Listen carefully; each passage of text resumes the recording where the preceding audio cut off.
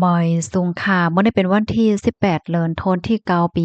2025เป็นวันพฤหัสในตอนนี้เดี๋ยวเนาะพี่น้องค่ะมารับถอมข่าวงาวผู้ใหญ่ก้นหลงภูมิพลพรเขาอบโอ้กันเปิดตาถอนขึ้นไหวไทยและไหวพื้นที่สูงก้น30ปลายในข่าวย้อนเพราะว่าเจอเขาในเฮ็ดผิดหมายมีวันเมืองวานหังไหนเมื่อวันที่16เดือนธันที่เก้าปี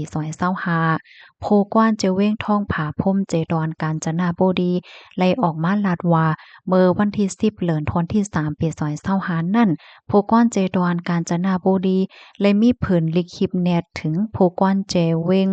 ดีเจดอนกาญจนบุรีตั้ง13เจเวงเกี่ยวกับลอยลองการถอนขึ้นฉันชาติไหวไทยตอนตาก้นตีอันมี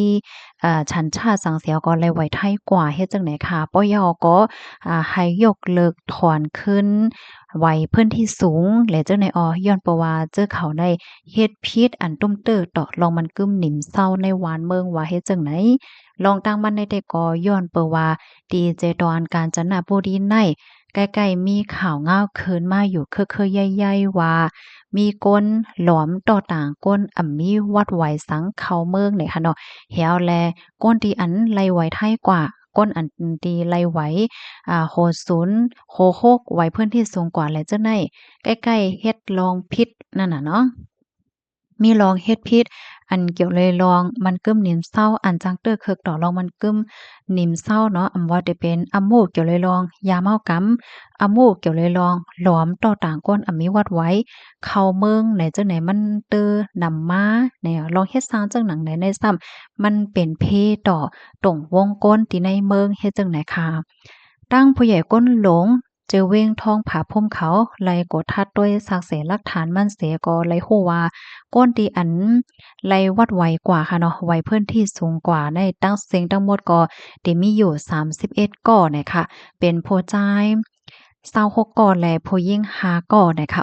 เจอข่าว31ก่อนั้นค่ะนะอันมีวัดเป็นโหศูนย์ใน15ก่อ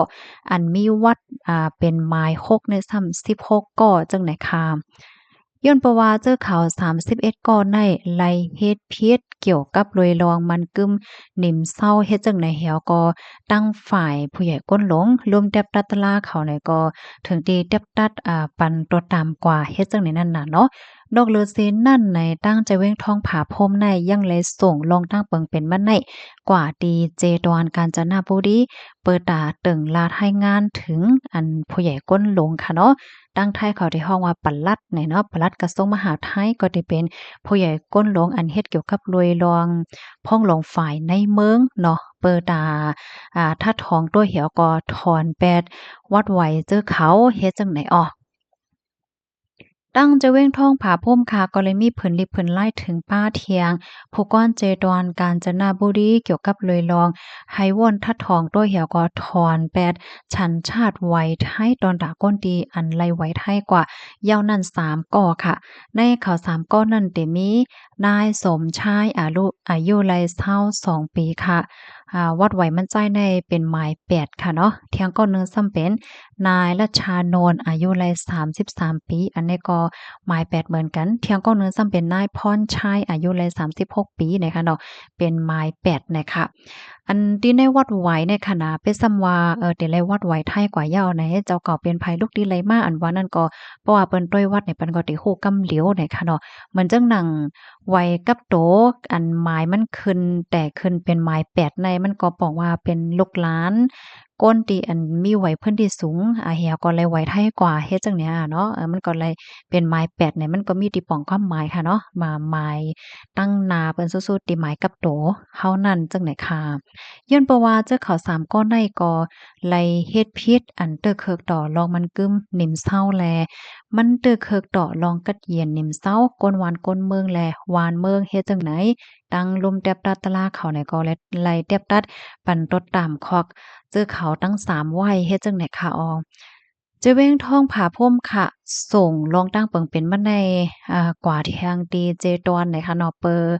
ให้ตั้งใจตอนเนี่ยก็ไล่ฮับโฮเหี่ยวก็ทัดท้องเปิดดาเดถอนแปดชันชาติไว้ไทยก้น3ก่อในเฮ็ดจังไหนค่ะสอนเจ้าหนังว่าก้นตั้งเสียงตั้งหมดในย่าถอนแปดวัดไว้กว่าเพราะว่าในจึง เพราะว่าเขาอันอยู่ในคอกถึงกินข้าวยามมันย่อมจ้ะเพราะว่าข้าวกว่าในคอกเนี่ยเพิ่นก็ได้มักมันไว้ค่ะเนาะข้าวตั้งกะหือกะหือเฮ็ดเนี่ยพอถึงกินข้าวยามออกมาย่อเพราะว่าออกคอกมาย่อก็เจอเขาได้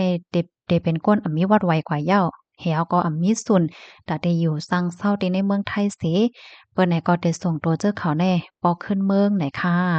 ข้อมูลในคาลิปีมาที่ห้องการข่าวมติชนออกไว้ไหนค่ะเนาะ ค่ะหยุ่มย้ำว่าข่าวง่าโหนในเดจังเป็นคอฟังตื่นถึงปันปีๆน้องๆเฮาคาตั้งนำตั้งลายอยู่ค่ะน้อพี่น้องค่ะมังเจอติว่าเฮาได้มีไหวพื้นที่สูงเยาเฮาได้มีวัดอันน่ะมีไหวแนวว่าไหน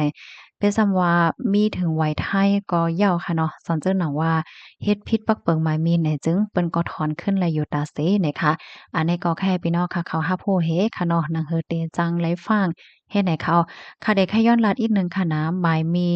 เกี่ยวกับเลยลองล้อมเอาก้นเขาเมืองในมันไข่แห้งไว้ค่ะนะพี่น้องเฮา ก็ฟังสติกัน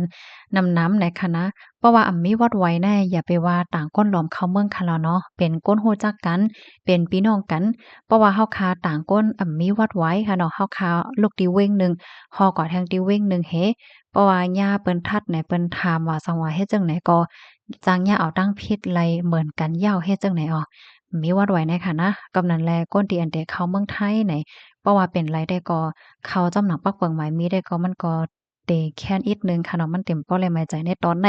เพราะว่าเฮาคามาต้วยพ่องย่ำเหลวเนี่ยก็แต่ใกล้ๆหันขาวเงาออกมาผู้มีบุญพรเขาเนี่ยก็เปิ้นก็มีรองแข็งๆท่าแท้งไว้ค่ะเนาะมื้อเหลวเนี่ยนะอ๋อค่ะหนังหือพี่น้องค่ะแต่ไลรับถ่อมแลจังไลรับโพเหจังไลฟังกันนำนั้นนำนั้นมันก็จอยกันสะเปิ้นแพ่แช่ขอเสกำค่ะเนาะยินจมกูก็ค่ะย้อนให้อยู่เลยกินหวานและรสเพกันค่ะเนาะอ๋อค่ะหมอยสุงค่ะ